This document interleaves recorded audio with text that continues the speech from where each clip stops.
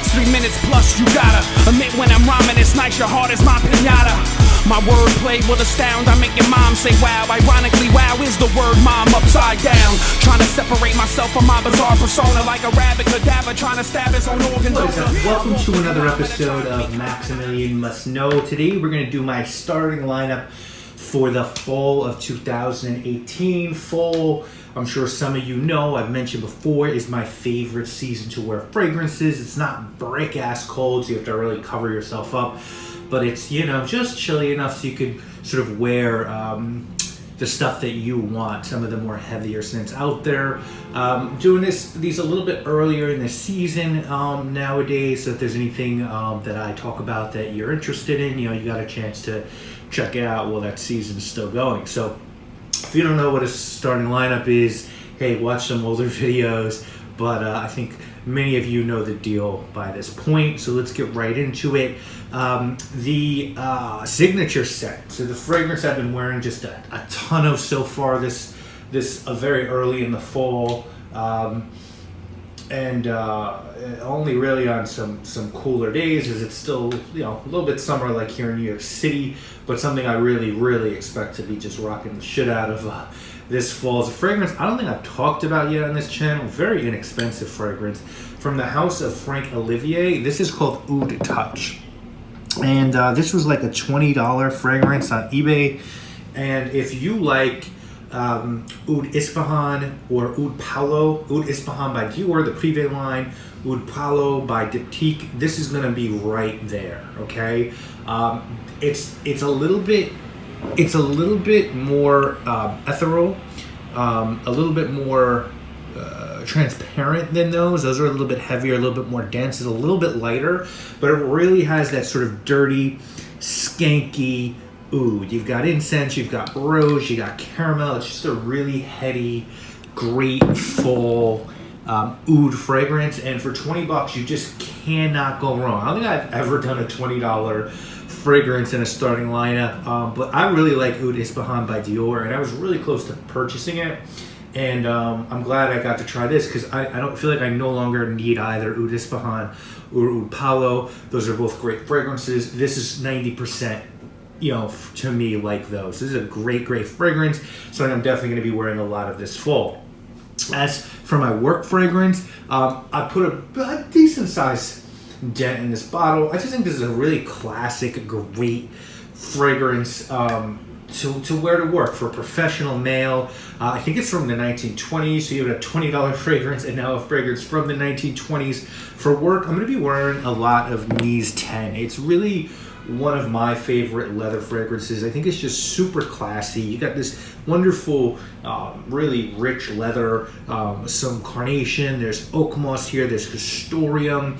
If you like Cure Canage by Dior, Cure d'Ange by Hermes from the Hermes line, this is really the predecessor to all those. It's a little bit like Cure de Rousse by Chanel. It's just a really floral, really rich leather. There's some birch tar in here as well to give it that leather punch. I think, you know, earlier in perfumery, a lot of people were using isobutylquinone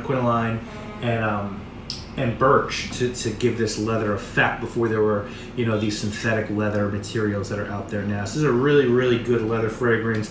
You gotta be careful on the trigger, but it's great to wear to work, you know, if you can sort of balance it out and make it work for you. My night out, you know, I'm glad that Luca Turin, you know, gave this one 5 stars in his last book, because to me, this has always been the most underrated from the Lubin line. And it gets like no play in the YouTube community. Idal, that Olivia Giacobetti did, was really sort of a hype train fragrance for a while, and then that went away, and no one really talks that much about Luban anymore. Even Upper 10, which is their newest release for men, really didn't get that much play. To me, this is not only the best from the brand, this is the best vanilla fragrance you can get your money on, and vanilla is not a listed note here. There's cognac, there's ambrette seed, there's whiskey. You know, I went through every fragrance that Corrigan had out, that Lubin had out at Bendel when they were having closing their fragrance department sale, and this is the one I went with. This is just awesome. It's as smooth as Michael Jackson in 1984. This one is called Corrigan, and oh man, it's just, the bottle's really cool. All the Lubon bottles are great, and it's just one of the smoothest fragrances I've ever smelled. I think it's perfect for a night out in the fall. Cannot recommend this one highly enough. Turin gave it 5 stars in the book, so obviously doesn't make him right, but I think that he recognized how special this one is. Romantic fragrance. I'm sure people are gonna get sick of me talking about this fragrance at some point. I get it, but I just love this so much. There's nothing like it. This is leather. This is a really dirty musk, and then you've got caramel apple, saffron, toffee. Oof, man, just such a gorgeous mix of gourmand and like dirty notes, dirty leather, dirty musk. It's just such a juxtaposition of what's going on. I think it's really romantic. I think it's like dirty, sexy, and there's nothing else like it. It is my favorite niche fragrance. I love to wear it in the fall. This is Zing. I mean, I don't understand. I feel like this one gets no Fraycom love either, and I have definitely continuously said my piece about it. So, Black Tie. This is one I have not pulled out in a while, and this is the first niche fragrance I ever purchased. This is like a 2007 bottle. What a great fragrance. This might be, I think this is probably my favorite vetiver fragrance of all time. This has got vetiver, pink pepper, cedar, bitter orange, clove. It's just such a full vetiver. There's just so much going on, but still you have that huge dose of very rooty, earthy, green vetiver. Oof, man, this is such a gem. I'm really careful with my bottle because I don't want to have to get another one because these have become quite expensive. I think it was like $100 cheaper when I purchased it. But this one is from the House of Frederick Malle. This is Vetiver Extraordinaire. This is the matte cap. This is a really old bottle, one of the oldest in my collection. As I said, probably 2009, 2010, I'd say. So maybe like 8, 9 years old. Really great fragrance by Frederick Malle. And I think the best vetiver out there. And then I don't do daring fragrances because, like, come on, Like, no.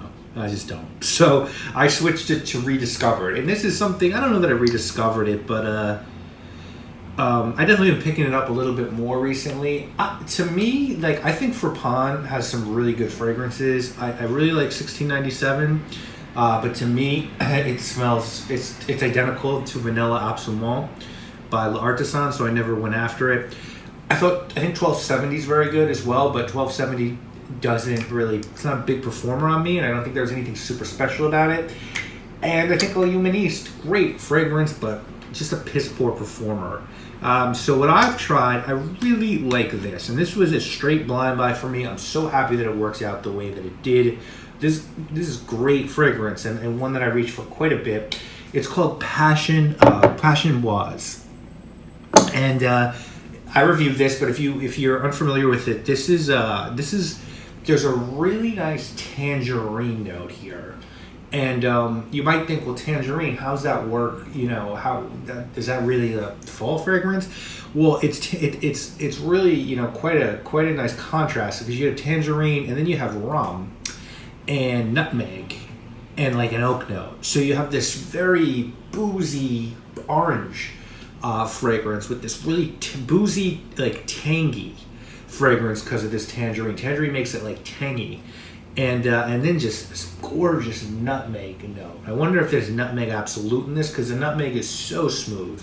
It's not overdone. It doesn't smell like eggnog. It's just really like spicy and this is really good. But it's also fresh. I really recommend guys checking this one out. This is a great fragrance, and it's great for summer nights, fall. I think you could really get away with this almost any season, to be honest with you. So check this one out if you haven't already. So let's just go through it again real quick. My signature scent this fall, Oud Touch by Frank Olivier. Oh, just a really nice oud fragrance. The oud's got to be synthetic in here for $20, but hey, what are you going to do? Work, Knees 10, one of the best men's leathers, one of the best leather fragrances of all time, to be honest. Night Out Corrigan by Lubom. Romantic Zing by L'Artisan. Black Tie Dressed Up, Vetiver Extraordinaire by Frederic Malle. And then the rediscovered fragrance for me, Passion Bois by Frapon. So guys, I hope you've enjoyed this list. Let me know what you're going to be rocking this fall. Let me know which of these you've tried that you enjoy, which of these you'd skip. And stay tuned for lots more videos coming your way real soon. My name is